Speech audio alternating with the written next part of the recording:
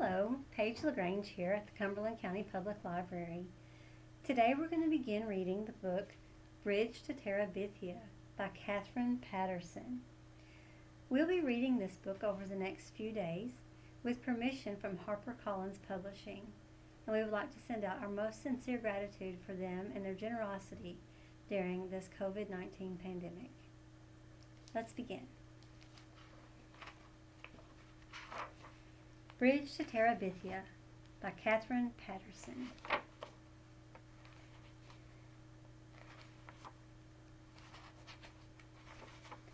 Chapter 1. Jesse Oliver Aaron Jr.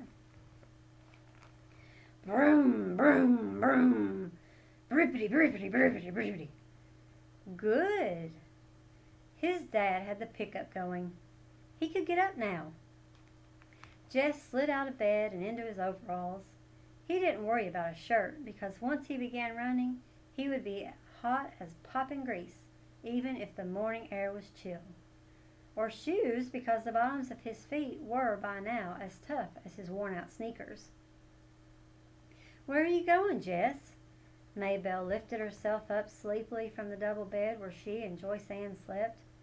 "Shh," he warned. The walls were thin. Mama would be mad as flies in a fruit jar if they woke her up this time of day. He patted Maybelle's hair and yanked the twisted sheet up to her small chin. "Just over the cow field," he whispered. Maybelle smiled and snuggled down under the sheet. "Gonna run?" "Maybe." Of course he was going to run. He had gotten up early every day all summer to run. He figured if he worked at it, and Lord had he worked, he could be the fastest runner in the 5th grade when school opened up. He had to be the fastest. Not one of the fastest, or next to the fastest, but the fastest. The very best. He tiptoed out of the house. The place was so rattly that it screeched whenever you put your foot down. But Jess had found that if you tiptoed, it gave only a low moan, and he could easily get outdoors without waking Mama or Ellie or Brenda or Joyce Ann. Maybelle was another matter. She was going on 7, and she worshipped him, which was okay sometimes. When you were the only boy smashed between 4 sisters, and the older 2 had despised you ever since you stopped letting them dress you up and wheel you around in their rusty old doll carriage, and the littlest one cried if you looked at her cross-eyed, it was nice to have somebody who worshipped you, even if it got unhandy sometimes. He began to trot across the yard. His breath was coming out in little puffs, cold for August. But it was early yet. By noontime, when his mom would have him out working, it would be hot enough.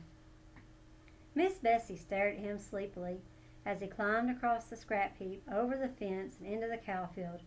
"Moo," she said, looking for all the world like another Maybelle with her big, brown, droopy eyes. "Hey, Miss Bessie," Jess said soothingly. "Just go on back to sleep." Miss Bessie strolled over to the greenish patch. Most of the field was brown and dry, and yanked up a mouthful. "That a girl. Just eat your breakfast. Don't pay me no mind." He always started at the northwest corner of the field, crouched over like the runners he'd seen on Wide World of Sports. "Bang!" he said, and took off flying around the cow field. Miss Bessie strolled toward the center, still following him with her droopy eyes, chewing slowly. She didn't look very smart, even for a cow, but she was plenty bright enough to get out of Jess's way. His straw-colored hair flapped hard against his forehead, and his arms and legs flew out every which way. He had never learned to run properly, but he was long-legged for a 10-year-old, and no one had more grit than he. Lark Creek Elementary was short on everything, especially athletic equipment. So all the balls went to the upper grades at recess time after lunch. Even if a 5th grader started out the period with the ball, it was sure to be in the hands of a 6th or 7th grader before the hour was half over. The older boys always took the dry center of the upper field for their ball games, while the girls claimed the small top section for hopscotch and jump rope and hanging around talking. So the lower grade boys had started running things. They would all line up on the far side of the lower field where it was either muddy or deep, crusty ruts. Earl Watson, who was no good at running but had a big mouth, would yell, "Bang!" and they'd race to a line they towed across at the other end. One time last year, Jesse had won. Not just the first heat, but the whole shebang. Only once. But it had put into his mouth a taste for winning. Ever since he'd been in first grade, he'd been that crazy little kid that draws all the time. But one day, April the 22nd, a drizzly Monday, it had been, he ran ahead of them all, the red mud slooching up through the holes in the bottom of his sneakers. For the rest of the day, and until after lunch on the next, he had been the fastest kid in 3rd, 4th, and 5th grades. And he only a 4th grader. But this year, Wayne Pettis had won again as usual. Wayne Pettis would be in the 6th grade. He'd played football until Christmas and baseball until June with the rest of the big guys. Anybody had a chance to be the fastest runner, and by Miss Bessie, this year it was going to be Jesse Oliver Aarons Jr. Jess pumped his arms harder and bent his head for distance fence. He could hear the 3rd grade boys screaming him on. They would follow him around like a country music star, and Maybelle would pop her buttons. Her brother was the fastest and the best. That ought to give the rest of the 1st grade something to chew their cuds on. Even his dad would be proud. Jess rounded the corner. He couldn't keep going quite so fast, but he continued running for a while. It would build him up. Maybelle would tell Daddy, so it wouldn't look as though he, Jess, was the bragger. Maybe Dad would be so proud he'd forget all about how tired he was from the long drive back and forth to Washington and the digging and hauling all day. He would get right down on the floor and wrestle the way they used to. Old Dad would be surprised at how strong he'd gotten in the last couple of years. His body was begging him to quit, but Jess pushed it on. He had to let that puny chest of his know who was boss. "Jess!" It was Maybelle yelling from the other side of the scrap heap. "Mama says you gotta come in and eat now. Leave the milk until later." Oh, crud. He'd run too long. Now everyone would know he'd been out and start in on him. "Yeah, okay." He turned, still running, and headed for the scrap heap. Without breaking his rhythm, he climbed over the fence, scrambled across the scrap heap, thumped Maybelle on the head, "Ow!" and trotted onto the house. "Well, look at big old Olympic star," said Ellie, banging 2 cups onto the table. So that strong black coffee sloshed out, sweating like a knock-kneed mule. Jess pushed his damp hair out of his face and plunked down on the wooden bench. He dumped 2 spoonfuls of sugar into his cup and slurped to keep the hot coffee from scalding his mouth. "Oh, Mama, he stinks." Brenda pinched her nose with her pinky crooked delicately. "Make him wash." "Get over here to the sink and wash yourself," his mother said, without raising her eyes from the stove. "And step on it. These grits are scorching the bottom of the pot already."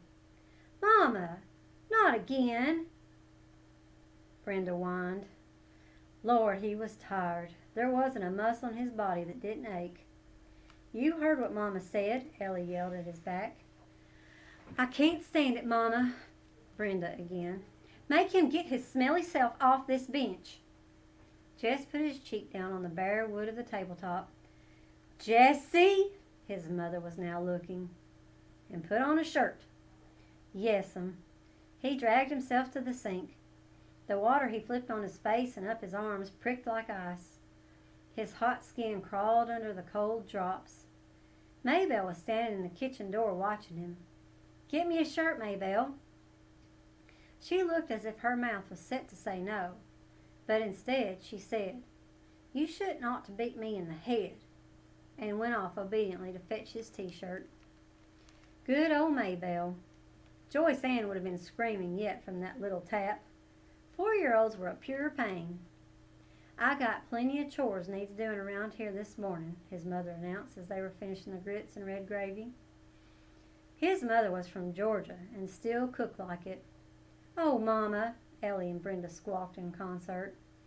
"Those girls could get out of work faster than grasshoppers could slip through your fingers." "Mama, you promised me and Brenda we could go to Millsburg for school shopping." "You ain't got no money for school shopping." "Mama, we're just going to look around." Lord, he wished Brenda would stop whining so. "Christmas! You don't want us to have no fun at all." "Any fun," Ellie corrected her primly. "Oh, shut up." Ellie ignored her. "Miss Timmons is coming by to pick us up. I told Lolly Sunday you said it was okay. I feel dumb calling her and saying you changed your mind." "Oh, all right. But I ain't got no money to give you." "Any money," something whispered inside Jess's head. "I know, Mama. We'll just take the $5 Daddy promised us. No more than that." "What $5? "Oh, Mama, you remember." Ellie's voice was sweeter than a melted Mars bar. "Daddy said last week we girls were going to have something for school." "Oh, take it," his mother said angrily, reaching for a cracked vinyl purse on the shelf above the stove. She counted out 5 wrinkled bills. "Mama," Brenda was staring again, "can't we have just one more, so it'll be 3 each?" "No." "Mama, you can't buy nothing for $2.50. Just one little pack of notebook papers gone up to—" "No." "Mama." Ellie got up noisily and began to clear the table. "Your turn to wash, Brenda," she said loudly. "Aw, Ellie." Ellie grabbed her with a spoon. Jessie saw that look. Brenda shut up her wine halfway out of her rose-luster lipstick mouth. She wasn't as smart as Ellie, but even she knew not to push Mama too far. Which left Jess to do his work as usual. Mama never sent the babies out to help, although if he worked it right, he could usually get Maybelle to do something. He put his head down on the table. The running had done him in this morning. Through his top ear came the sound of the Timmonses' old Buick. "Wants oil," his dad said, and the happy buzz of voices outside the screen door as Ellie and Brenda squashed in among the 7 Timmonses. "All right, Jessie, get your lazy self off that bench. Miss Bessie's bag is probably dragging the ground by now, and you still got beans to pick." Lazy? He was the lazy one? He gave his poor dead weight of a head 1 minute more on the tabletop. "Jessie?" "Okay, Mama, I'm going." It was Maybelle who came to tell him in the bean patch that people were moving into the old Perkins place down on the next farm. Jess wiped his hair out of his eyes and squinted. Sure enough, a U-Haul was parked right by the door. One of those big jointed ones. These people had a lot of junk, but they wouldn't last. The Perkins place was one of those ratty old country houses you moved into because you had no decent place to go, and moved out of as quickly as you could. He thought later how peculiar it was here, the biggest thing in his life, and he had shrugged it off as nothing. The flies were buzzing around his sweating face and shoulders. He dropped the beans into the bucket and swatted with both hands. "Get me my shirt, Maybelle."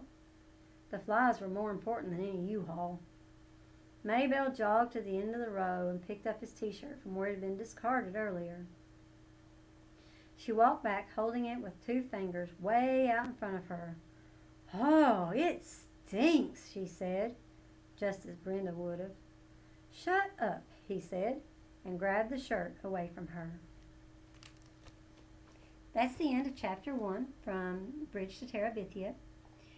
Tune in again on Friday, and we'll start with Chapter 2. We'll see you then.